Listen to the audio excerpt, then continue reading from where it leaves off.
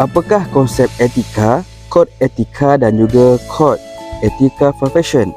Konsep etika secara umum, etika adalah berkaitan tingkah laku seseorang yang diterima dan dipersetujui oleh sekumpulan masyarakat. Yang kedua, etika menggambarkan nilai-nilai baik yang harus diamalkan dalam kehidupan masyarakat. Tingkah laku yang dikatakan beretika adalah tingkah laku baik, mengandungi nilai murni dan boleh menjamin kesempurnaan dan keharmonian hidup individu dalam kumpulannya. Kod etika merujuk kepada sesuatu sistem dasar tingkah laku bagi suatu kumpulan masyarakat ataupun organisasi, menjadi rujukan tingkah laku yang mesti dipatuhi oleh ahli-ahli masyarakat atau organisasi itu. Prinsip moral dan set tata perlaku yang perlu dipatuhi, tanggungjawab dan akibat tingkah laku seseorang atau profesion terhadap masyarakat. Berkewajipan memahami tanggungjawab terhadap peranan dan tingkah laku seseorang pekerja dalam perkhidmatan. Kod etika profesion.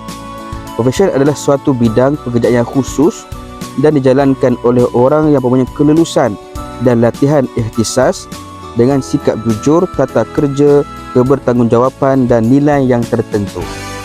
Kod etika profesion merujuk kepada kod etika bagi sesuatu profesion. Profesion keguruan seperti profesion lain juga ada kod etikanya. Guru perlu mematuhi kod etika ini demi menjaga imej, maruah, status, akhlak dan kepribadiannya.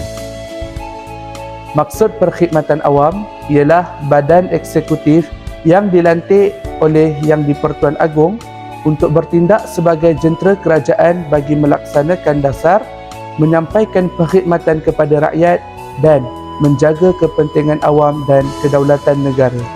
Oleh itu, guru sebagai penjawat awam dituntut melaksanakan tugas dengan tanggungjawab dan amanah.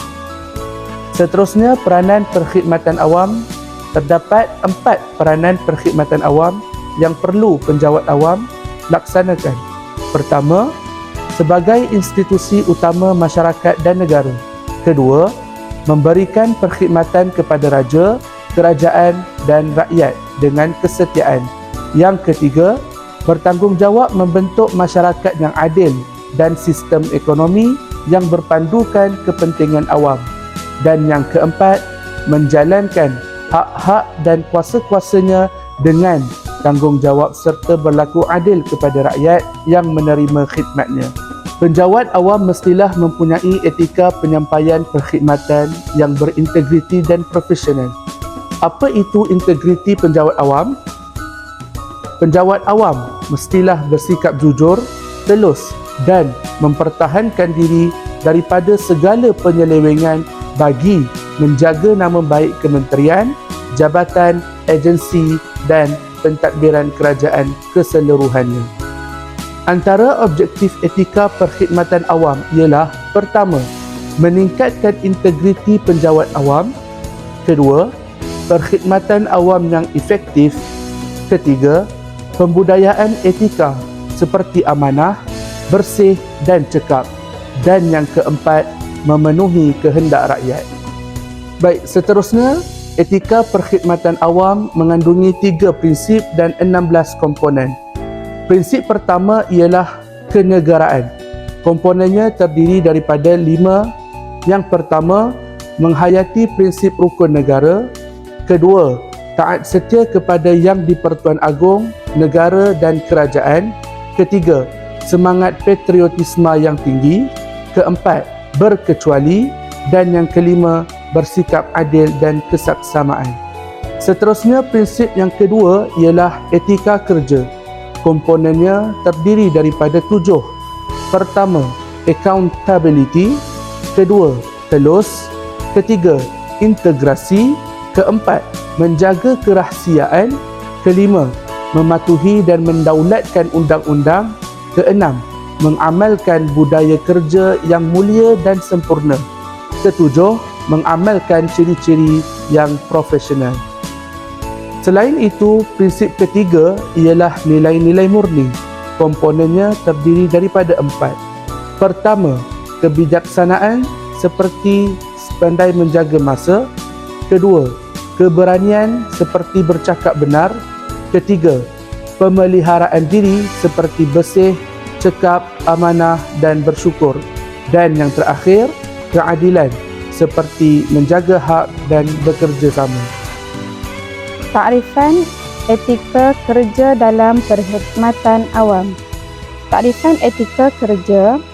Etika kerja ialah prinsip moral yang ditetapkan organisasi bagi mengawal tingkah laku pekerja atau ahli organisasi.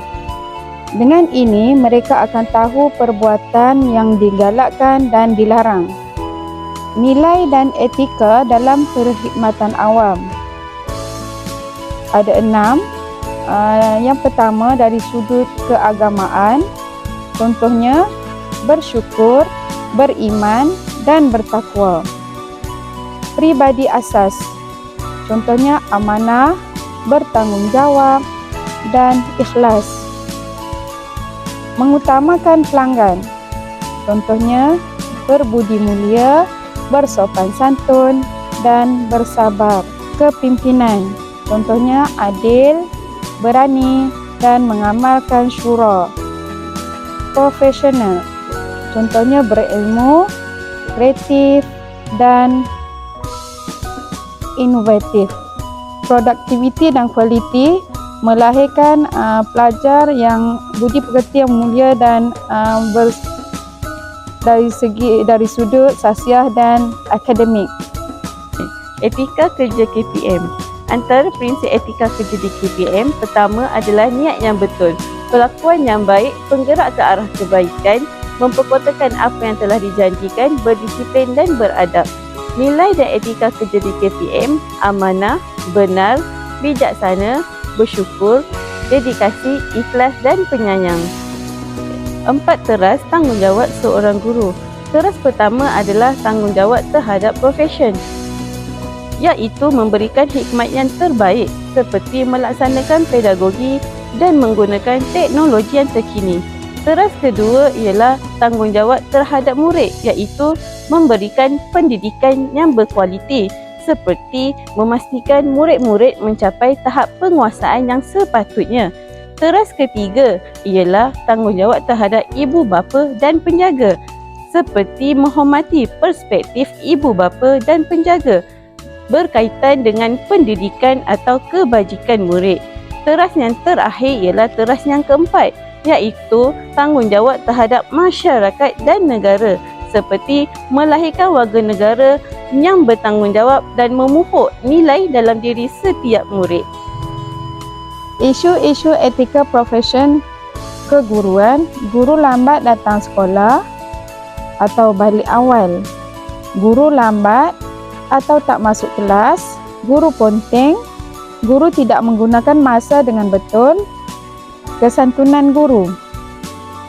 Kesantunan guru dalam berkomunikasi sesama rakan sekerja dan juga sesama murid, dalam berpakaian dan juga tingkah laku.